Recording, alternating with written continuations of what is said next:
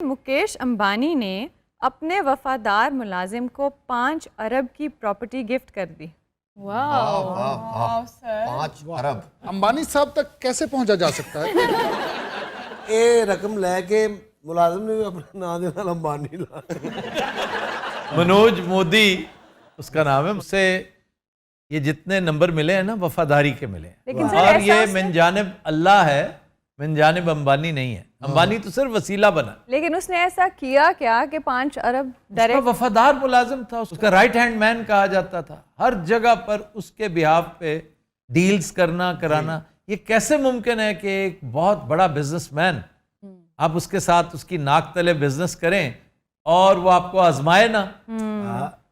ये हर आजमाइश पे पूरा उतरा होगा। वाह, उसने खुश होके, एक बिल्डिंग है वो 22 मंजिला, उसकी तजीनो आराइश का अंदाजा कर लें कि उसका फर्नीचर इटली से आया था। उसने वो सारी बिल्डिंग उठा के उसने कहा मनोज जी के नाम कर दो। वाह वाह, नहीं सर पूरी बिल्डिंग यानी कि ਉਹਦੇ ਨਾਲ लाती है। जी उसको दे दी। ये कोई तकरीबन 1,500 करोड़ की है। Indian 1,500 crore Indian, Pakistani 5200 crore, 5,200 crore. ਇਹੋ ਜੀ ਗੱਲ ਸਾਨੂੰ ਇਸ਼ਾਰਿਆਂ ਹੀ ਦੱਸਣੀ।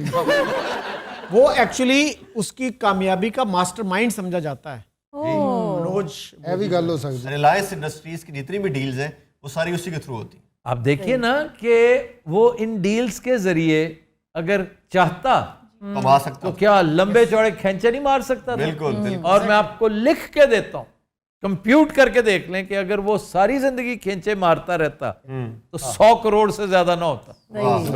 ऐसे आज 1,500 करोड़ उसको मिला।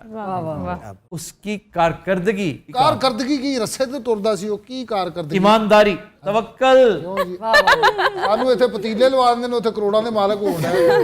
हमने कनाडा में पतीलों से काम शुरू किया था ना, आज देख लें अब वहां पे सिर्फ 2 मच्छंदर सिर्फ परफॉर्म करने जा रहे हैं और तीसरा उनका हेड।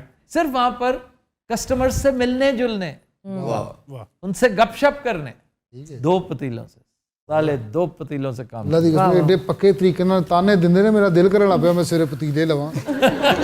ਫੈਸਲਾਬਾਦ ਪਹੁੰਚਾਂ, ਆਪਣੇ ਨਲਾਇਕ ਭਰਾਵਾਂ ਨੂੰ ਜਗਾਵਾਂ, ਆਪਣਾ 2 ਲੱਖ ਭਤੀਜਾ ਇਕੱਠਾ ਕਰਾਂ। ਸਾਰੇ ਅੰਬਾਨੀ ਜਿਹੜੇ ਨੇ ਜੱਦੀ ਪੁਸ਼ਤੀ ਅਮੀਰ ਨੇ। धीरू भाई अंबानी, उनका इनके वालिद साहब, ये एक गैस स्टेशन पर मैनेजर थे। अटेंडेंट, हाँ जी। अटेंडेंट हुए, फिर मैनेजर हुए, फिर जनरल मैनेजर हुए गैस स्टेशन पर। वाह, वहाँ से बंदे ने डेवलप किया, ग्रो किया।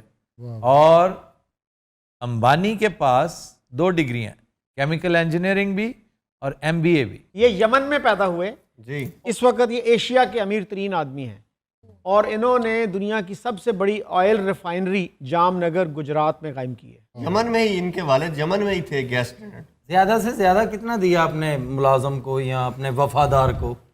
नहीं मैंने भी अपनी हैसियत और औकात के मुताबिक खुश रखा है मुलाजमों को। ना 250-250 देते हैं रोज। अच्छा, तौबा तौबा तौबा। ये तबका है ना, ये तबका बड़ा ये नेसेसरीली हासिद होगा, नेसेसरीली मुंतकिम होगा। नहीं ये नहीं कह रहे कि मैं उन्हें प्लाजा लाया था कि मैं रोज वो उसने कहां से प्लाजा लेके दे? रब्बानी साहब ने अपने तो रब्बानी नहीं, अंबानी। वैसे सर एक कामयाब आदमी के साथ अगर वफादार बंदों का एक साथ हो, मुलाजिम या कोई भी,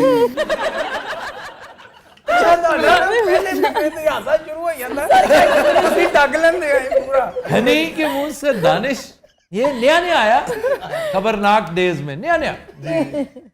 तो बैठा सब बातचीत कर रहे, तो मैं अब एक्सपेक्ट कर रहा था कि ये कोई फिक्रा देगा, कोई शरारत करेगा। कहते सर ये जो रेटिंग्स होती हैं, ये जो मीडिया लॉजिक रेटिंग देता है, तो हैरान मैं कहा काम की बात करो, तुम्हारे इससे क्या ताल्लुक है? बस उस दिन से फिर ये आज गालबन दूसरी दफा है। अच्छा बहरहाल तुम क्या कह रहे हो? अच्छी बात कर रहे थे, वैसे तुम्हारे मुंह से अजीब लगी। मिट्टी हो गई मेरी। करो करो करो। सर वो गल कर रहे नहीं नहीं तुम अपनी बात करो। बाकी हनी साहब को ईटा कहने माशाल्लाह। शायर की मुराद स्वीट से इसने स्वीट और क्यूट को मिक्स कर दिया। बचपना नहीं जाता कहीं जो भाएं ना लेते करो काका या बुब्बा ये जी वो है क्या बात है राणा साहब। हाँ जी, गल्लां साढ़े तो बाला करने इन्हां नूं छड्ड दिओ। एक सेकंड, शायर की मुराद क्या थी? बालातर। शायर ने कहा क्या? बालागल। बाला गल लो जी पुनू साहब अंबानी साहब ने ना ਤੁਹਾਡੇ ਛੱਤ ਪੁਣੇ ਦੇ ਵਿੱਚ तो लाख रुपए दो अच्छा जी, अंबानी साहब का फेवरेट फूड क्या है? जो भी है अच्छा ही होएगा भाई।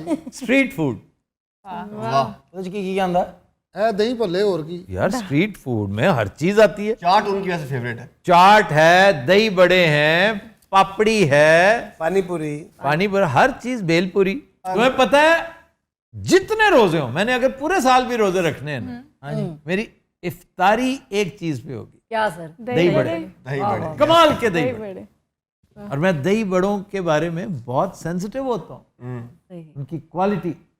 ये बेसन के तो नहीं है कि खुदा ना खास्ता, ਹੋਰ ਕਾਦੇ ਹੁੰਦੇ ਭਾਈ? भाई बेसन के तो आम होते हैं। ਇਹਨਾਂ ਦੇ ਪੱਥਰ ਦੇ ਹੁੰਦੇ ਪੁੱਤ।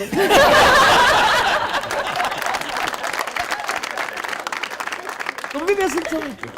ਹੋਰ ਕਾਦਾ ਭੱਲਾ ਹੁੰਦਾ? माश का आटा। ਮੈਂ ਕਹਿੰਦਾ ਮਾਸ਼ ਕੇ ਬੱਚੇ। ਯਾਰ ਜੇ ਤੇ ਪਕੌੜੇ ਬਣਦੇ ਉਹਦੀ ਅਸੀਂ ਵੀ ਜੋੜ ਕੇ ਭੱਲੇ वो ਬਣਾ ਦਿੰਦੇ। बेसन है भाई, वो चने से बनता है। चने की दाल ਭਾਈ ਲੱਡੂ ਪੀਠੀ ਵਾਲਾ ਜਿਹਦਾ ਬਣਦਾ लड्डू पीठी वाला भी यही है। माश। नो, ਭੱਲਾ ਨਹੀਂ ਹੁੰਦਾ। नहीं। ਅੱਛਾ ਇਹ ਅੰਬਾਨੀ ਸਾਹਿਬ ਨੇ ਪੈਸਾ ਭਲਾ ਕਿਵੇਂ ਬਣਾਇਆ ਭੱਲੇ ਭੁੱਲੇ ਖਾ ਕੇ? सर हमारे मुल्क में नंबर 1 पे कौन है अमीरी में?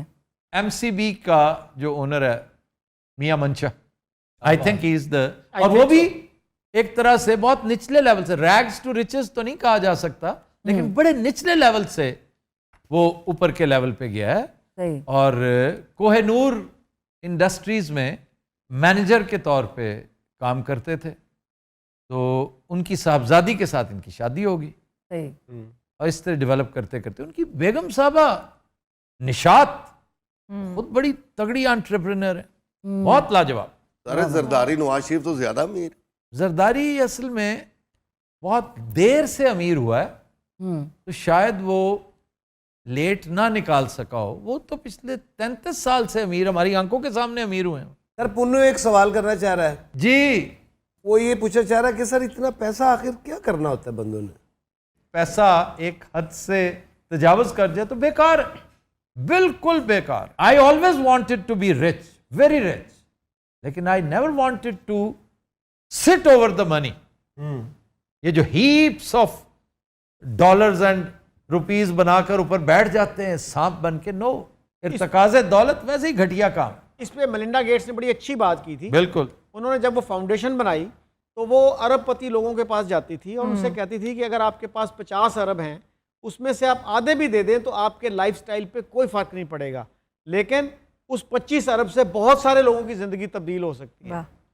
Absolutely. Warren Buffett, he is one of the richest people in the world, और उसने अपनी 99% वेल्थ जो है वो डोनेट करने का ऐलान किया हुआ है।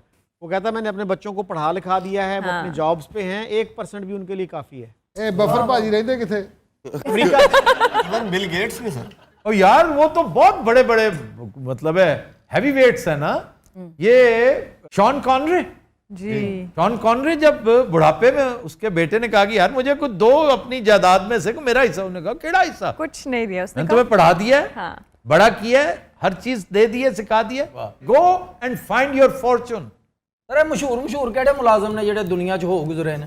मशहूर मुलाजिम से मुराद ਮਸਲਾਂ ਕਿ ਜਿਵੇਂ ਇਹ ਮਸ਼ਹੂਰ ਹੋਇਆ ਇਹਨੂੰ ਇੰਨੇ ਪੈਸੇ ਦੇ ਦਿੱਤੇ। हाँ नहीं, वो तो ऐसे है ना जैसे अय्याज है, महमूद अय्याज। जी जी जी।